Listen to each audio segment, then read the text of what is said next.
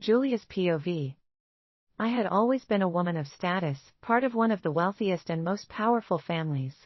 But now I am seated on the cold, damp floor of this filthy prison cell, stripped of everything I once was.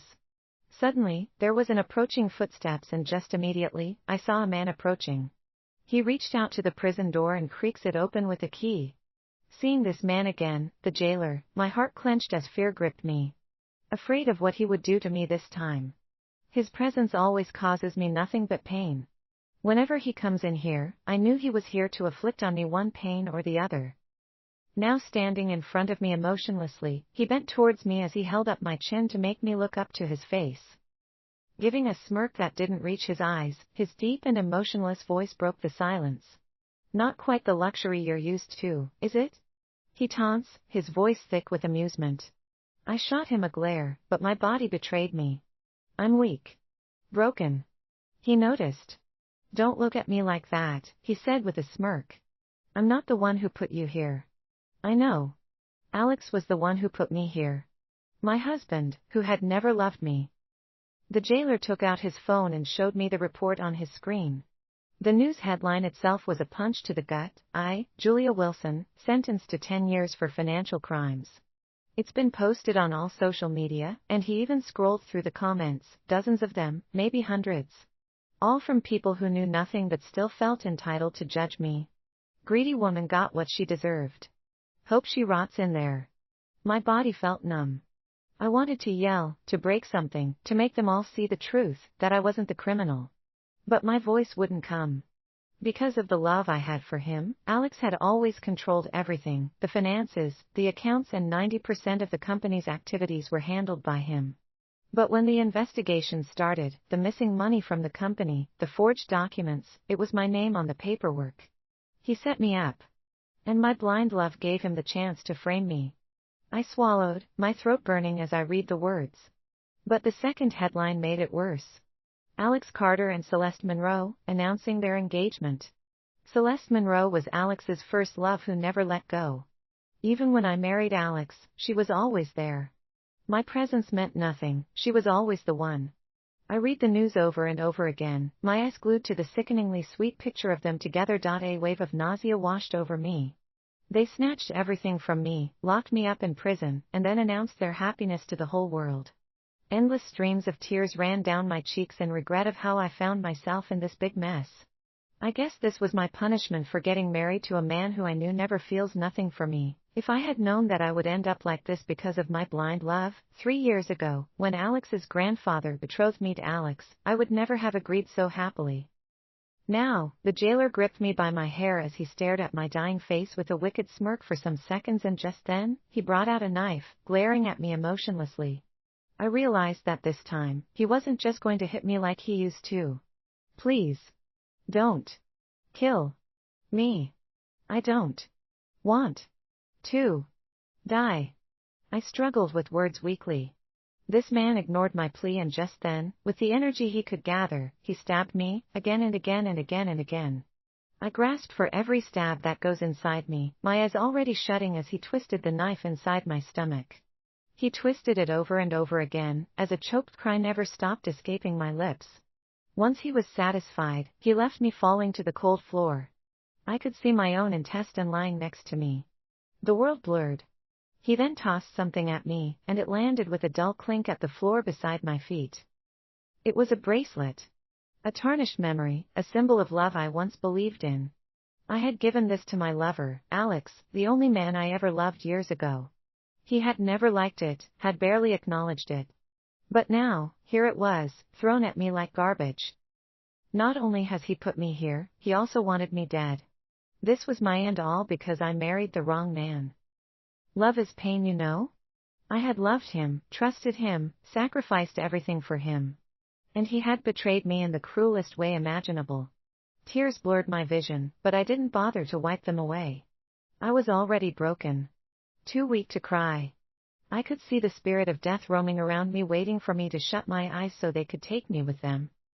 If I had known love would feel like this, like drowning, I would have never chosen Alex.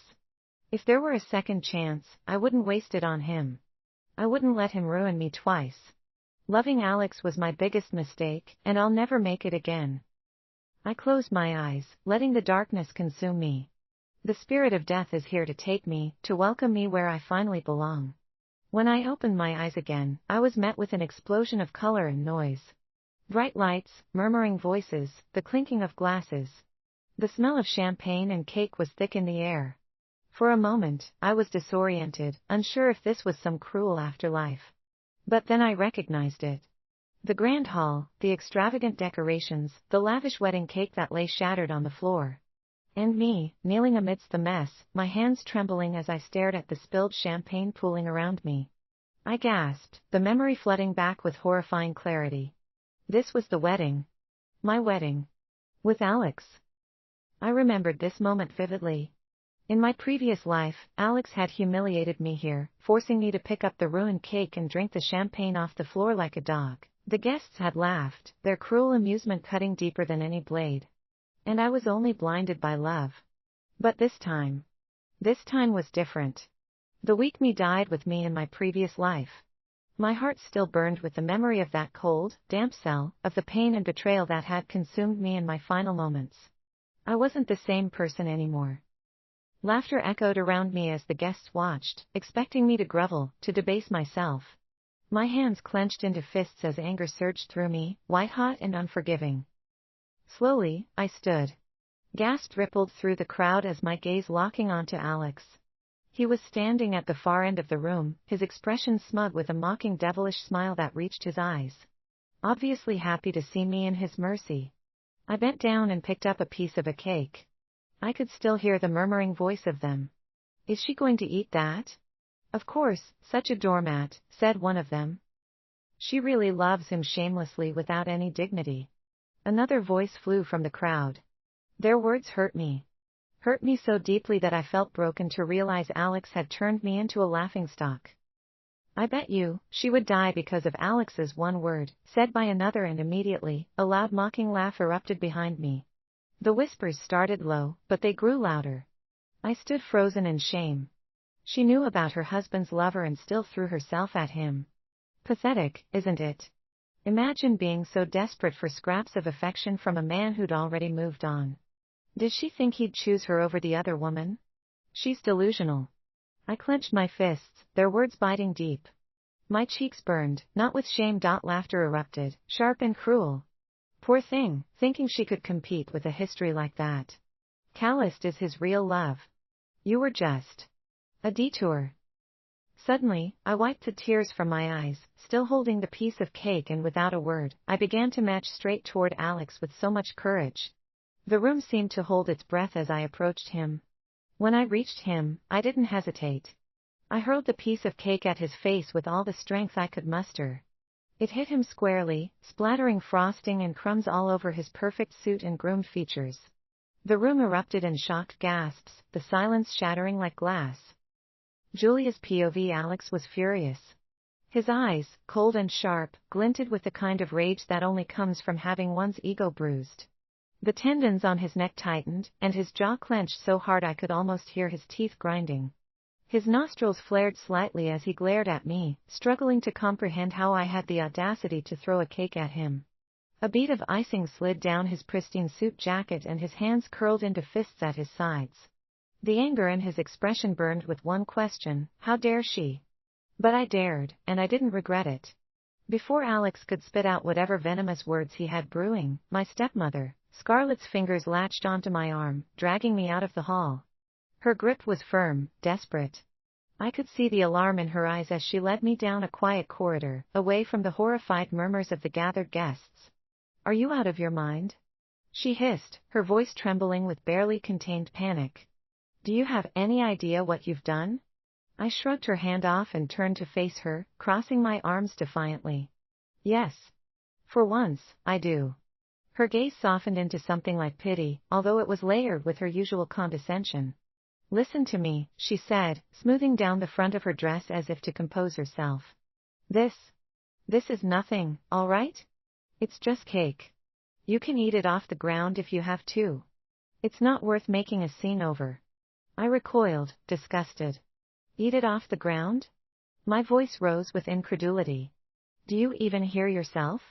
She sighed, exasperated. You've done worse to make him happy before. Don't pretend this is some moral high ground now. Just go back in there, apologize, and fix this. Fix it. Always fixing things to keep the peace, to keep him happy. I could feel the bitter memories rising like bile in my throat.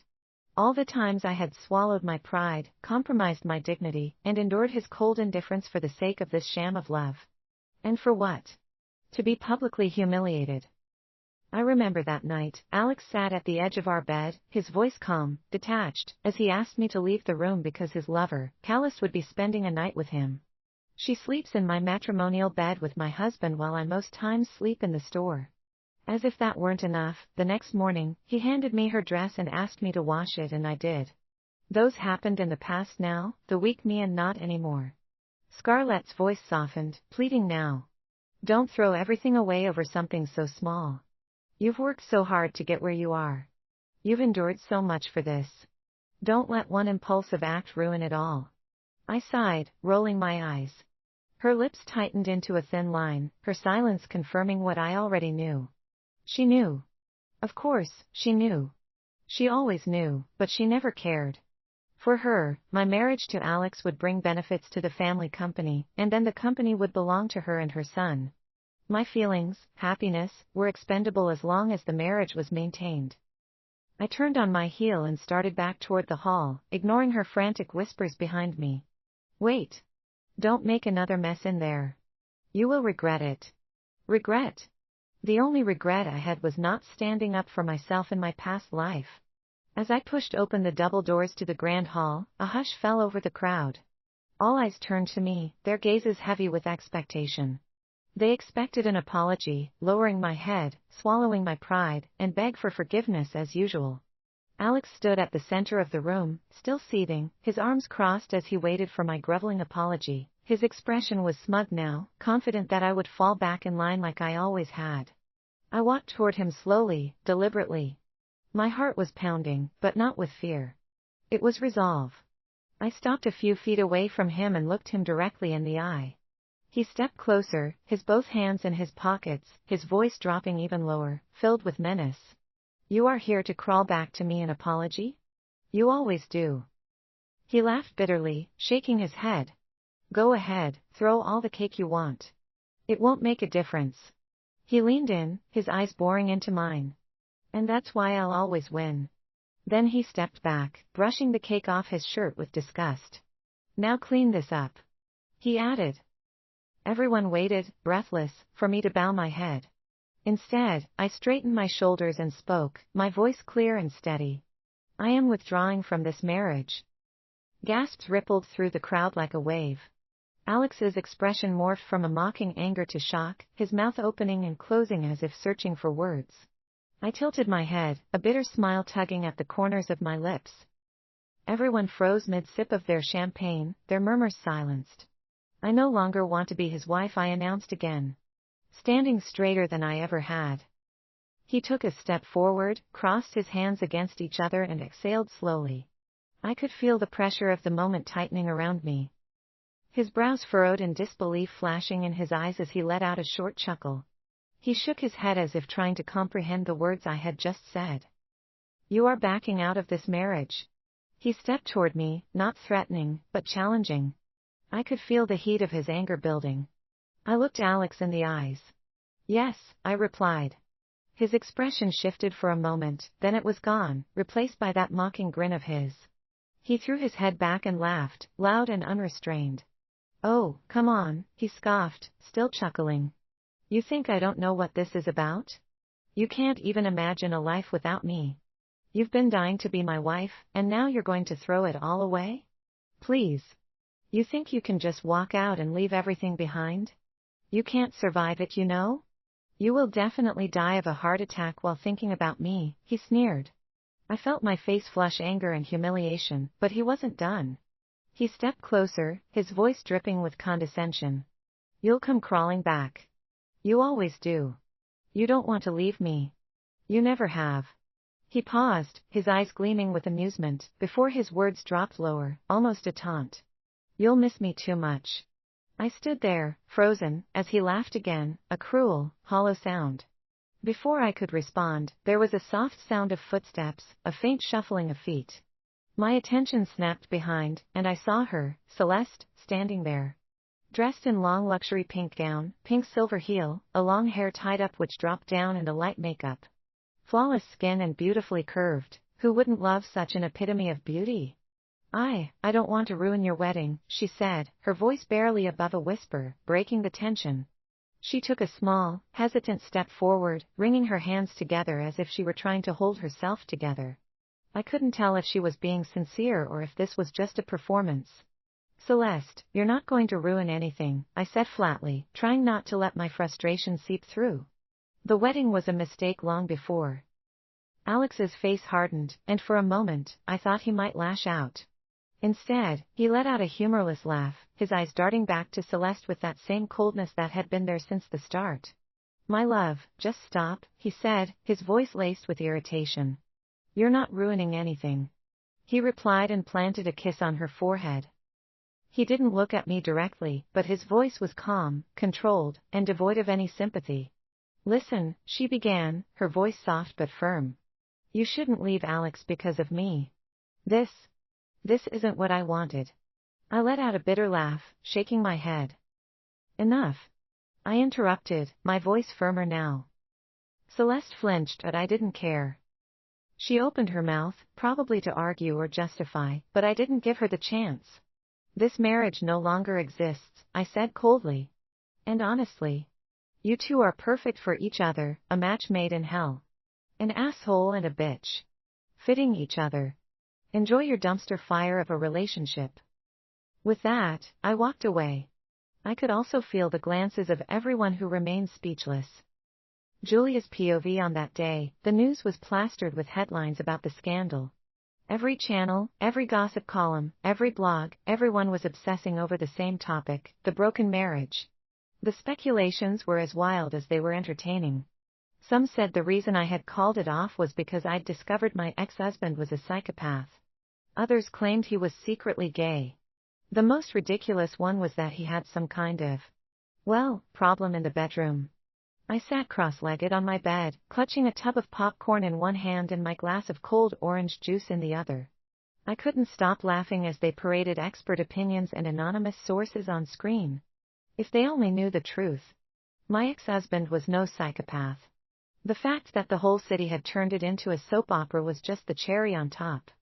As I was savoring the absurdity of it all, my phone buzzed on the bedside table. It was Isabella, my best friend and the only person who'd been in my corner through the entire ordeal. Hey, you watching this circus? I answered, putting her on speaker while I grabbed another handful of popcorn. Of course I am. Isabella's voice was brimming with excitement. You've single-handedly turned this city upside down. I'm honestly impressed. Thanks, I aim to entertain. She laughed. Well, the show's great, but I think you've had enough solo time as the star of this scandal. Get dressed, I'm taking you out. I frowned, setting my juice down. Out where? Anywhere that isn't your room. You've been cooped up since you broke it off with that jackass. You deserve a little fun. I don't know, Isabella. I trailed off, glancing at the TV where a panel of so-called experts were now debating whether I was emotionally unstable. This is kind of fun. Watching strangers psychoanalyze you on live television? Please. You can't let them win by hiding away. Show the world you're thriving. She added. In the nightclub, the pulsating rhythm of the loud music filled the room as neon lights cast shifting colors across the crowded dance floor. Isabella stood beside me in our private booth, her gaze locked onto mine with a mix of exasperation. I still can't believe you finally gave up on Alex, she said, sipping her cocktail. Do you know how many times I told you he wasn't worth it? How many times I said you deserved better? And now, suddenly, you've let go. I rolled my eyes and leaned back against the plush leather seat. It wasn't sudden, Bella.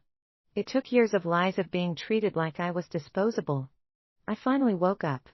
She raised an eyebrow, skeptical. Sure, but let me hear you say it again. Convince me. I chuckled.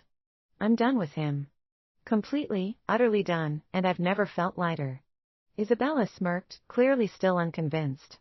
Without a word, she scanned the dance floor below and pointed to a tall, handsome man moving fluidly to the beat.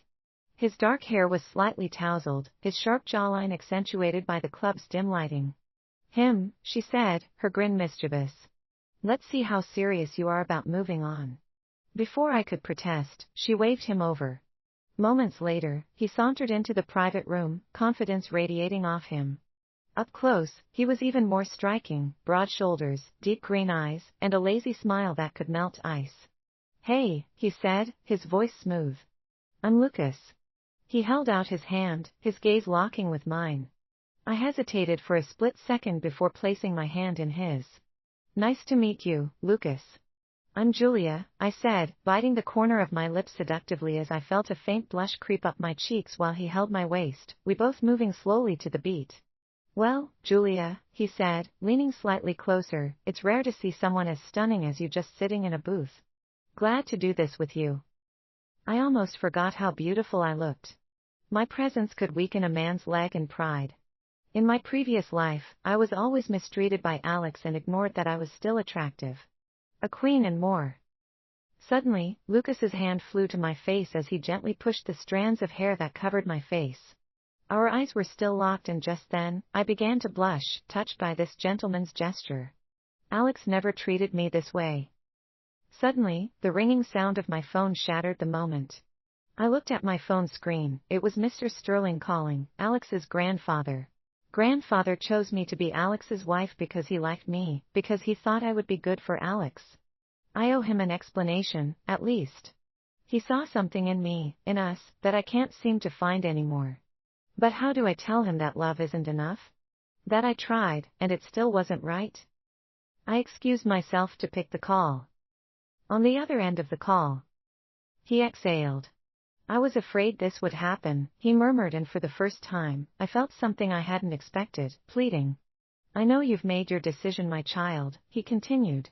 I know you probably feel trapped, like this was never really a good idea. But I need you to understand. I didn't do this to control you. I didn't do this to force something that was never meant to be. He paused. I did this because I believe in you.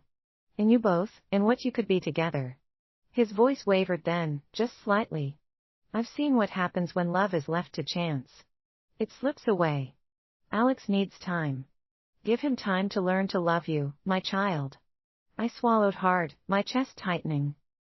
Alex is on his way to apologize to you, please give him a listening ear.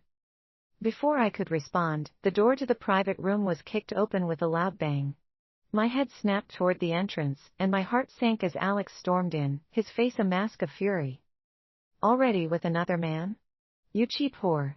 Seeing Lucas sitting beside me, he accused me, but I ignored. Cheater. He pressed again, and this time, I couldn't take it anymore. I took a step towards him, and just then, Celeste entered. Obviously he would always take her everywhere he goes, which I'm not even bothered about anymore. And how about you sleeping with that woman? I pointed towards Celeste. While I was your fiancé. I added. I was still holding the phone to my ear, listening to what the old man had to say. You're evil, Alex spat, his voice sharp. A manipulative, heartless liar. Everyone sees it. I stiffened, gripping the phone tighter as he continued, hurling insults with growing fury. My face burned with anger and humiliation. Keeping my voice steady, I asked, Did you hear that, Mr. Sterling? Silence. Then a hesitant cough. His grandfather stuttered. I'm sorry that he said those things. He added. Your grandson doesn't love me. He never has. I will not marry him, I said to Mr. Sterling over the phone before ending the call. Stop this nonsense, Julia, Alex barked, his voice sharp and commanding. You're causing a scene. Do you have any idea how serious the public opinion issue is right now? The media is eating this up, and it's ruining both our reputations. I stepped towards him and crossed my arms with a smirk. And how, exactly, am I causing a scene, Alex? You're the one barging into a private room like an uninvited lunatic. He ignored my jab and stepped closer, towering over me. Enough of this. You're resuming the marriage tomorrow. We'll issue a statement, and everything will go back to normal. I laughed, the sound sharp and cutting. If you're going to propose, Alex, don't you think it's a bit inappropriate to bring another woman with you? I gestured toward his lover, who shifted uncomfortably under my pointed glare. Alex's jaw tightened. Celeste has nothing to do with this. You and I need to focus on fixing this mess. Stop acting like a child, Julia. You don't have a choice. My smile widened, though my patience thinned. Oh, but I do have a choice, Alex. And I've made it very clear, I'm done with you. I don't care about your public image, your pathetic attempts to control me. Grabbing my purse and turning to leave, Alex moved to block my path. His eyes darkened, his tone dropping to something more dangerous. You're not walking away from this, Julia. Stop being so stubborn and think about what's best for both of us. I arched an eyebrow, my lips curling into a cold smile. If you don't get out of my way, Alex, I don't mind making you become exactly what the rumors say. He frowned, clearly not understanding. What the hell does that mean? Before he could finish, I kneed him hard in the crotch. He doubled over instantly, a strangled groan escaping his lips as he staggered backward. Celeste gasped, but I didn't spare her a glance. I turned to Isabella, who was trying and failing to suppress her laughter. Let's go, I said, adjusting my purse strap and stepping over Alex's writhing form. One more thing. I brought out my card from my purse and handed it to Lucas right in front of Alex. The audacity. Yes. I have so much audacity now. You can contact me anytime. I added and began walking out. Julia's POV the next day, I was woken up by my mobile phone vibrating relentlessly. Alex's name lit up the screen. He'd called a dozen times already, and a new one buzzed before I could even process the count. I didn't expect him to be so persistent. In my previous life, he'd hated me, loathed me even. Now he couldn't seem to leave me alone. I let the phone ring out, the shrill sound piercing the morning silence. I didn't answer, not because I was afraid, but because I didn't want to hear any pathetic words from him. Shortly, there was a message notification. I checked the messages he'd sent. You dare ignore my calls? I read. I blocked his number without hesitation. He didn't deserve another second of my time. As I set my phone down. In my previous life, I'd wasted so much energy trying to make him love me, trying to fix what was irreparably broken. Not this time. This time, I'd put myself first. Shortly after I blocked Alex's number and sank back into the peace of my thoughts, the door to my room flew open with a bang. Scarlett stormed in, her face flushed with anger and indignation. You're out of your mind. She barked, pointing an accusing finger at me as if I'd committed some heinous crime. Do you have any idea what you've done? You've embarrassed yourself, this family, and Alex's family. You're going to march over there right now, apologize, and revoke this absurd decision about withdrawing from the marriage. I leaned back against the chair I was sitting in, crossing my arms. Her outburst didn't faze me, it was predictable, even amusing in a twisted way. Apologize. I repeated, my voice calm but firm. Why would I apologize for refusing to waste my life on a man who doesn't love me? Why would I humiliate myself for someone who never respected me? Scarlett's eyes narrowed, her expression twisting into a sneer. Because it's not about love, you foolish girl. It's about securing this family's position. Do you think you can just throw away a marriage to someone as rich and powerful as Alex? Are you really that stupid? I want a better life for you. I rose from my seat slowly, my gaze locking onto hers. As a family member, I began, my voice cold, shouldn't you be supporting me? Why are you so insistent that I sacrifice my dignity for this marriage? For a moment, she faltered. The words seemed to have hit a nerve, and her confidence cracked. She stammered, searching for an answer, before blurting out the truth I already knew. Because Alex's family is influential. Marrying into that family isn't a loss, it's a guarantee of wealth and status for us. I scoffed, shaking my head. For us? You mean for you? You've never cared about me or what's best for me. All you care about is how you can benefit from me. You've spent years pretending to care about this family, but we both know your loyalty lies with yourself. Her face turned crimson, and for a split second, I thought she might slap me. Instead, she clenched her fists and hissed, "You've always been ungrateful. After everything I've done for you." But before I could speak, my teenage stepbrother, Jake, stepped forward, his voice sharp with anger. No. I'm not letting this happen. He glared at his mother. You know damn well Alex treats her like shit. You want her to suffer? How selfish can you be? You don't speak to your mother like that, she scolded, but Jake wasn't done. He turned to me. You don't have to do this. You deserve better. For the first time, I felt seen. In my previous life, my stepbrother was never on my side. He had always supported his mother, and seeing that he is in my favor now, I couldn't contain my astonishment. You need to apologize to Alex's family, said Scarlett. Jake let out a sharp, bitter laugh. Apologize? To them? Are you serious, Mom? His gaze snapped to Scarlett, filled with fury. Alex always cheats on her with Celeste, humiliates her, and you want her to apologize? What kind of twisted logic is that? Scarlett's face darkened. Jake, you're too young to understand. No, he cut her off, jaw clenched. I understand perfectly. You don't care about her. You never have. You just want to keep your place in their good graces, even if it means throwing her to the wolves. Enough, Scarlett snapped, her voice rising. This is not your decision. Jake shook his head in disgust. No, but it's hers. And she's not some pawn you can push around. Then, he turned back to me, his expression serious. You don't owe Alex or his family anything. If you walk away now, I've got your back.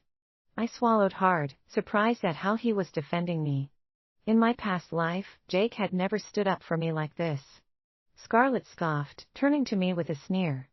So, what? You're going to let a teenager dictate your decisions now? Jake let out another scoff. At least I'm not selling out my own family for a bunch of rich assholes. His eyes flashed with fury as he turned to the door. You know what? If Alex was here, I'd tell him to go to hell myself. Scarlett gasped. Jake. But he wasn't done.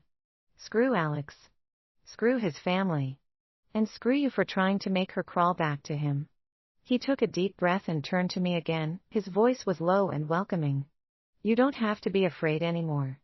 Jake, you shouldn't talk to me with so much disrespect, Scarlett snapped. I glanced at the clock on my nightstand. No more discussion, I don't have time for this. I'll be attending to matters at the company today. Julia's POV. At first, there was silence, just a brief pause. Then, she stuttered. You are going to the company? Today? Acting shocked and surprised, maybe even afraid. Yes. I responded. I could picture her right then. She inhaled sharply before speaking again, this time more carefully. Are you sure that's necessary? She took a step forward. I mean, there's really no need to stress yourself now. No need to rush into anything. I could feel the nervous energy in her voice, the way she was trying desperately to steer me away. But I wasn't having it. In my previous life, I had been blind to Scarlett's true nature. While I was busy chasing after Alex, she was busy embezzling funds from my father's company, slowly draining it dry. By the time I realized what she was doing, it was too late. She tried to control the company so that her son could have it. She was too greedy to see me control the company all by myself. Also, Scarlett worked hand in hand with Alex to see that everything is taken from me. This time, things would be different. I wouldn't let her have her way. I would protect my father's legacy. Scarlett quickly stepped forward, her voice sharp with surprise. You've never understood business matters. You are still young and I advise you to stay out of it. I could hear the arrogance in her words, the same arrogance that had allowed her to steal from my company without a second thought. But today, I wasn't the naive daughter she had taken advantage of. I met her gaze without flinching. Actually, I majored in finance, both in undergrad and graduate school. So, I'm more than qualified to be there. You have nothing to worry about. Her words caught in her throat. She blinked, opening her mouth to respond but failing to find anything to say. The smugness faltered on her face, replaced by confusion and, perhaps, a hint of fear. I didn't give her a chance. I simply turned on my heel. Now, things would be different. I entered Julison Technology Enterprises again, dressed in a pink trouser suit and a black heel and my hair packed in a ponytail with my little makeup that made me look even more beautiful. My father has named this company using the 4 first letter of my name Julie and the 3 last letters of his name Son. His name was Wilson. When I stepped off the elevator and walked into the executive lobby, a few employees shot me curious looks, some whispering under their breath. "She's finally here," said one of them. "I wonder what she's here for." "She never cares about her family business," said another. "She lost everything including her marriage. She's left with nothing now." I didn't care. I was here to take it all back. But as I reached the door, I froze. There he was, Alex, standing by the window with that same smug look on his face. "I wonder why he is here. Look at who we have here," he mocked, stepping toward me. His words hit me harder than I expected. Then I heard my name. "Julia." With a smirk, he strolled towards me. He is now standing a few feet away, dressed in his tailored black suit, his tie slightly loosened like he's just come from a meeting. "Our brave queen is here," he said, voice laced with mockery. Then, with a slow, deliberate tilt of his head, "Why are you here for me?" he added. I clenched my fists. He let out a low chuckle, stepping closer. "Finally realized your mistake, huh? So, what is it?" A heartfelt apology. Begging for a second chance. I met his gaze, steady without saying a word to him. "Now you finally realized I am the air you breathe?" I was beginning to feel irritated by his words. "Stop it already, you really think I'd come all this way for you? Enough of your imagination." My answer is immediate, firm. I have work to do here. I didn't bother explaining myself. I don't owe him that. Instead, I glanced down at my phone, checking the time. "I don't have time for this," I said. "You should leave," I requested. He smirked, folding his both arms across each other before giving me a reply. "Leave, huh?" A short mocking laugh escaped his lips. "Seems you've forgotten. My family is part of the shareholders in this company." We stayed silent for a few seconds. Not ready to listen to any more of his cruel words, I excused myself, heading towards my office space. I glanced past him at the chaotic office space. Piles of papers littered my desk. Ignoring Alex, I turned to one of the assistants nearby. "Please clean up my office. Get it ready for me." Alex raised an eyebrow in surprise. "What, are you planning to stay here?" He scoffed, clearly perplexed by my confidence. I didn't even spare him a glance as I replied, "I don't need to waste my time around trash anymore. Now that I have plenty of time, I intend to take care of this company. So, if you'll excuse me." Before I could finish, he stepped forward. "That's the funniest joke I have ever heard." But before he could continue, his phone rang, cutting him off mid-sentence. I could see the frustration in his eyes as he glanced at the screen. Without saying another word, he picked up the call, turning away from me to answer it. "Celeste," he muttered under his breath while walking away as his gaze was fixed on me. Perhaps he couldn't believe what I had just told him. I rolled my eyes as he walked out of the office, leaving me alone. I turned back to the assistant. "She looks young, probably in her early 20s, with shoulder-length brown hair tucked neatly behind her ears.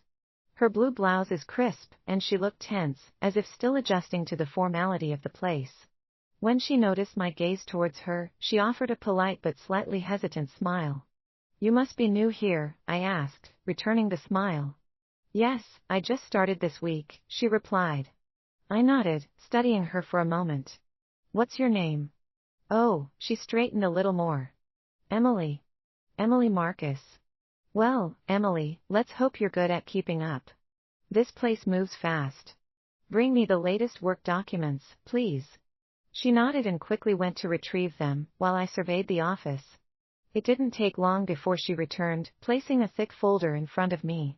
I flipped it open and glanced at the top document. The words "The Fifth Entrepreneur Project Submit" caught my eye. Julia's POV at this Entrepreneurs Summit: startup teams will showcase their innovative achievements, aiming to attract interested investors to buy out their projects. The investor who offers the highest bid will be able to reach a cooperation agreement with the entrepreneurs. The entire process operates like an auction. Each proposal is scrutinized, debated, and ultimately sold to the highest bidder. For my company, this event represents not only a chance to secure critical funding but also an opportunity to establish long-term partnerships that could shape the future of our enterprise. My gaze were still focused on the document in my hands. The neatly printed schedule of the summit was boldly written as I read through. The stakes were higher than ever, and I needed a solid plan. Miss, Emily's voice broke through my thoughts.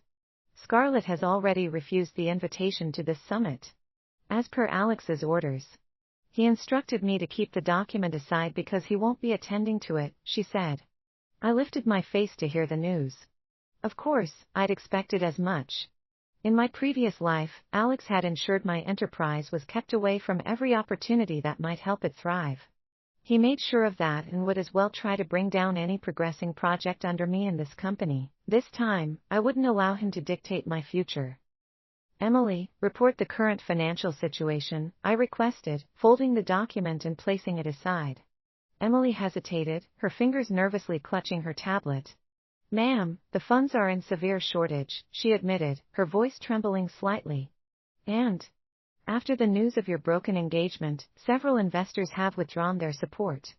They wouldn't want to continue with a failed company in order to protect their company from falling. Her words were like cold water splashing against my skin, startling, but not unexpected. I leaned back in my chair, fingers tapping lightly against the armrest. The top priority now is to secure financial support, I stated firmly. But, Miss, considering Alex's influence, who would dare support us? Emily's brows furrowed with worry. I looked up to her, staring with a blank thought, and after what felt like a minute, I broke the silence. There's one exception, I replied with a faint smile, my eyes meeting hers. Linwood Company International Limited. Emily's senses flew in shock. Linwood? But they're Alex's direct competitor. Precisely, I said calmly. Ma'am, I think you are making a great mistake, she stated. I tinted my brows as I looked up to her, waiting for her reasons. CEO of Linwood Company is known for being ruthless and cold-blooded in the business world, ma'am. This is not a right decision to make. My face was unreadable. We could give it a trial. I stood, smoothing the folds of my blazer. Make the necessary preparations. I'll handle the rest. Emily still looked unconvinced, but she nodded nonetheless. The next day, I arrived at Linwood Company's headquarters. Towering steel and glass reflected the morning sun. I knew Mr. Linwood was extremely mysterious and it was incredibly difficult to get an audience with him. Therefore, I had prepared myself to plead my case with the desperation of someone backed into a corner. I was willing to let him know how bad I needed his help and how bad his help could help my company. Do you have an appointment, ma'am? She questioned. No, I admitted. Her polite smile didn't falter, but I noticed the slight shift in her posture, as if preparing to turn me away. May I have your name? I told her, expecting hesitation, but instead, she immediately picked up the phone and called her boss. After a brief conversation, she nodded and stood. Follow me, please. I walked beside her, my mind racing. The calm, professional way she escorted me to the office made it seem like I was expected, though I knew that wasn't the case. She was only doing her job. Within moments, I was escorted to the CEO's office without any more questions. In my previous life, I never met the CEO of Linwood in person. I only heard about him. Since he was Alex's competitor in my previous life, I only focused on helping Alex against this man, but now, entering the office, he looked so familiar, tall and impeccably dressed in a tailored black suit, as his gaze bore into me as I stepped in. I finally saw the man everyone feared in business. Ruthless, calculating, and impossible to outmaneuver. He was undeniably striking at sight. He wore a perfectly tailored black suit hugging his broad shoulders. A white dress shirt peeked from beneath, buttoned neatly at the collar. His dark tie, knotted flawlessly, added to his air of control. Cufflinks gleamed at his wrists, and his polished black shoes rested firmly on the floor. He looked powerful, dominant. I stood, accessing him, but was quick to snap back into why I was here. Stepping forward, "Good morning, Mr. Linwood." "Julia Watson by name," I said as I offered a handshake, but he didn't pay attention. I saw the cold smile that didn't reach his eyes. "Coming without an appointment," he said, leaning back in his chair. His gaze was unreadable, but the faint curve of his lips hinted at something more welcoming. "I'm sorry for the disturbance," I responded and took a seat. "I appreciate you taking the time to meet with me. I won't waste your time." I'm here to propose a mutually beneficial collaboration. Specifically, an opportunity to help you defeat Alex Carter, your competitor." For a moment, there was silence. Then, he chuckled, a low sound that sent an inexplicable shiver down my spine. "Interesting," he murmured. "Everyone in the city knows how much you love Alex Carter, much that you sacrificed your own dignity. And now you're standing here, asking me to help you bring him down?" Shame burned hot beneath my skin, and I tried to steady myself. "The broken engagement is a settled matter," I replied, keeping my voice level despite the tightness in my chest. "I no longer have any ties to Alex. My only concern now is the future of my company." He leaned forward slightly, resting his elbows on the polished surface of his desk. His eyes never left mine, as if studying me. "Is that so?" he mused, the hint of a smile still lingering at the corners of his mouth. "But tell me, have you truly forgotten about me?" My brow furrowed in confusion. Without answering, he reached into his wallet and pulled out a sleek, ivory business card. With a deliberate motion, he slid it across the desk toward me. "Here," he said softly. "You can contact me any time." He added. I picked up the card. But the moment my eyes landed on the name printed on the card, my breath hitched as I realized who this man was. I was holding my own card. Lucas. Memories from that night at the club crashed over me, the mysterious stranger with the captivating gaze whom Isabella had randomly picked for me that night. "You." I stared at him in stunned realization. The smile playing on Lucas's lips welcomed me to smile along. "Oh my God," I declared in astonishment. Julia's POV, I was shocked that such a coincidence could happen. The handsome stranger from the club, Lucas, turned out to be the CEO of Linwood Company. My pulse quickened as the realization, but was quick to compose. "Nice to see you again," I said, smoothing my expression. "I'm sorry," I said, realizing I had overreacted. Lucas's lips curved into a faint smile.